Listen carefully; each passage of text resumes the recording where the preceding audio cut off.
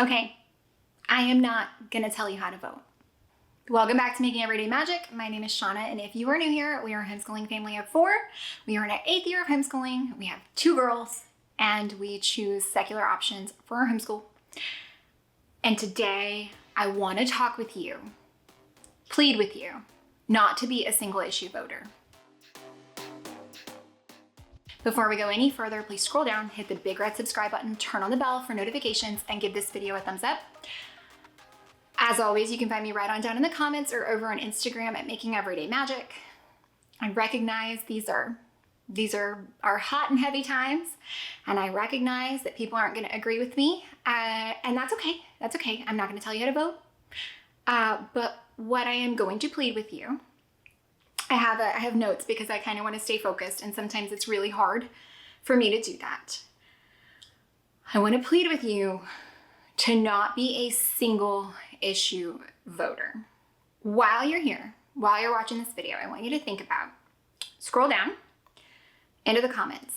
And you don't have to tell us how you're voting, and you don't have to tell us how you feel, but maybe just let us know not what your big issue is. What is a secondary issue that you've learned more about that has allowed you to form a deeper understanding or allowed you to change your mind on something? Because I would love to hear that. Or maybe drop not the name, but the title of somebody in your real life, in your personal life, who does not share your views, because we all have them. We really do. And that's the importance of this video and why I wanted to come here and share. All of us have a parent, a grandparent, a neighbor, a friend who is not going to share our political views, is not going to vote the way that we're going to vote, whose main issue is not our main issue. And I want you to understand that these are all people that we love in one aspect or another.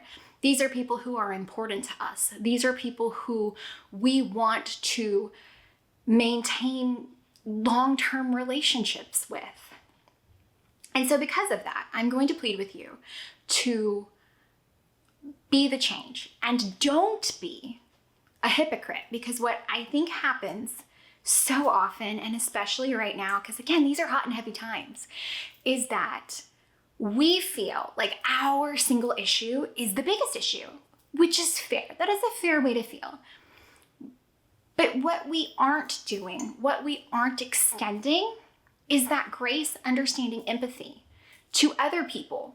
We are being hypocritical in thinking that what is our biggest issue should be their biggest issue, and that is unfair.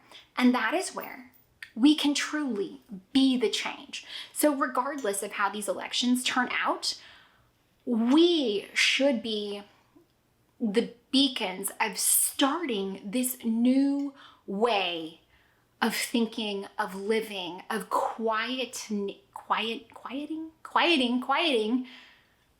the hypocrisy that says my way can be the only way because it is the way that I feel strongest. And I'm going to give you some examples of why I feel like we should do this. I live in Texas. For me, my big issue, and if you follow me on Instagram, you know this, my big issue is women's rights. This is not a secret. My biggest issue in the upcoming election is women's rights. I do not have the perspective to make several other really important issues my big issue. You guys know David Halafni, we love him here. We absolutely do. He's a great friend. He is based in California. Women's issues in California are not under as direct a threat as they are in Texas. David Halafni, as you know, it's no secret, is Jewish. For him, Jewish rights, anti-Semitism is a bigger issue. We have had great conversations about his concerns for the growing anti-Semitism in the Democratic Party. That is a fair and valid concern. And that is his main issue. And that is okay. We do not have to have the same main issue. My oldest recently attended a bat mitzvah, and we went to go to the service at the temple. And I am not Jewish, and I am in a place where we don't have, I don't have a Jewish temple that I pass by regularly. And so for this for me, and this was after my conversation with David, was incredibly eye-opening. When I go to the synagogue and there are gates and armed guards because they feel they need that. That, for me, was a big moment and I've been traveling down this road quite a bit of being a single issue voter, because I do have people who I love in my real life who I know have very different primary concerns than I do. I have a luxury that the cost of milk, I am privileged that the cost of milk is not my biggest concern. I want you to, I'm pleading with you in an effort to change this hateful political landscape, and it is on both sides. I am pleading with you that you are not a single issue voter, that you listen to those that you love and that you care about their concerns. Don't work to get your point in. Don't write people off if they don't feel exactly like you do. Just understand that with different experiences and different concerns, there are different priorities in people's lives, guys, and this is not a new concept. I am a white woman. I have no right to tell someone, a Black or Indian person of color, what their experience in America is like. My job is to listen to them and to believe them. Now, I am telling you, I'm not saying that your primary voting concern should not be your primary voting concern. What I am begging you to do is not put the blinders on and only think about your one concern. What I am asking you to do, even if this causes you to go across party lines, or even if this causes you to break in some aspect of the propaganda or the thought process of whichever political party you are currently aligning with, I am asking you to look at other important topics. Just hear someone out who has a very different concern from you. Because if there is a single mother who can't afford milk, she is justified in feeling like that is her biggest issue, because that is the biggest issue at play for her. Just like women's rights is the biggest issue at play for me right now. It is not LGBTQ concerns, however they're important to me. It is not race relations, however it is very important to me. Everyone is entitled to have their biggest concern, and the way that we're going to get to this and through this regardless of how this election turns out, for everything in the future, is with empathy, it is with understanding, and it is with allowing other people to have their truth and us simply respecting that. That is all we have to do, in the same manner that I want people to listen to me about these real and valid concerns. I owe that to other people. My issue doesn't get to be the most important thing for everybody. Do I think it is? Of course. Do I think it's really important? Do I understand that there are hard lines and things that we can't get past? Absolutely. But what I'm asking you is to allow other people's truths to help you get more information. By listening to the people whose concerns are very different from yours, you're going to learn a bit. And I say this all the time.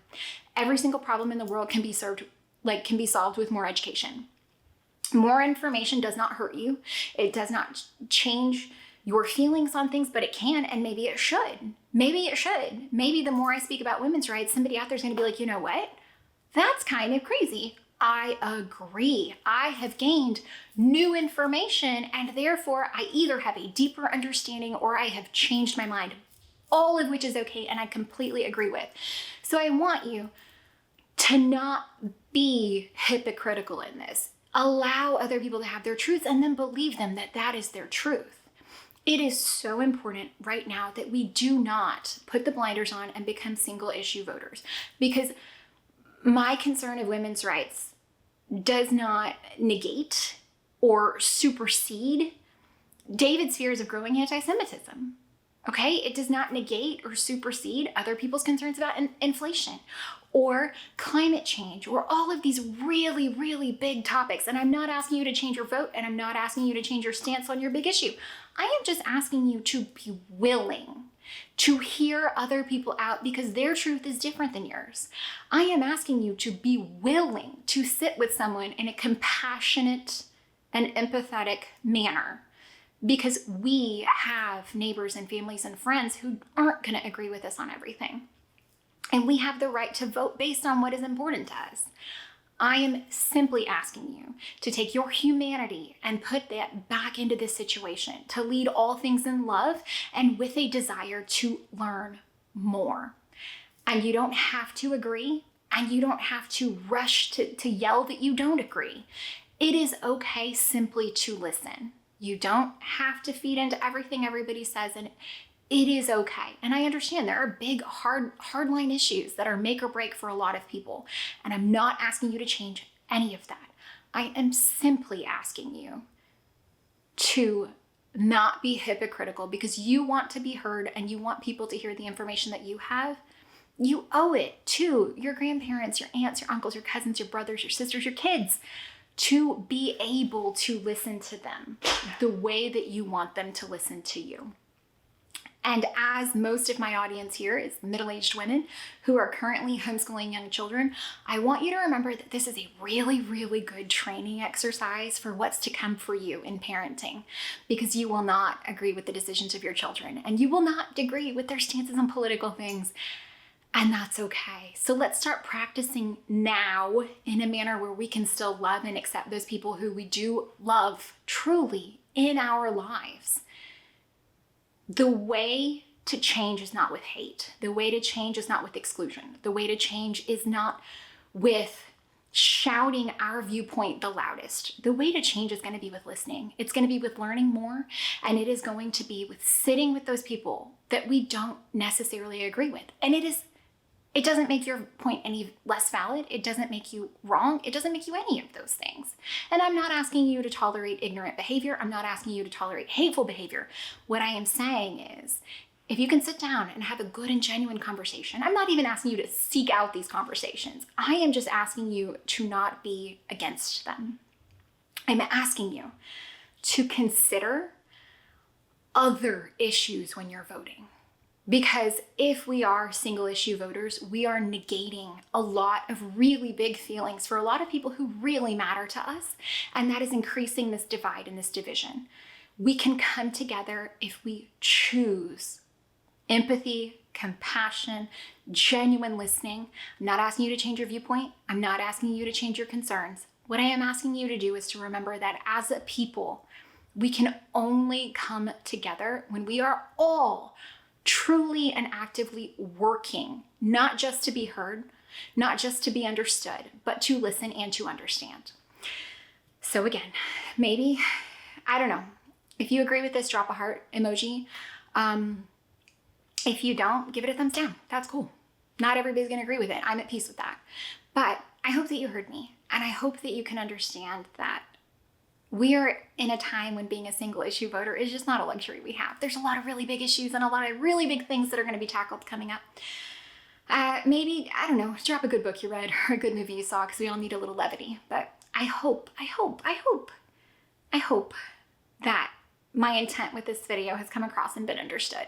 As always, guys, I hope that you found any of it helpful, entertaining, or informative. If you did, scroll down, hit the big red subscribe button, turn on the bell for notifications, and give this video a thumbs up. If you didn't, give it a thumbs down. I totally get it, but it's gonna get wild out there. Election season's gonna be nuts, even more nuts. Just be kind. Be kind. Learn a little more about something you didn't know enough about.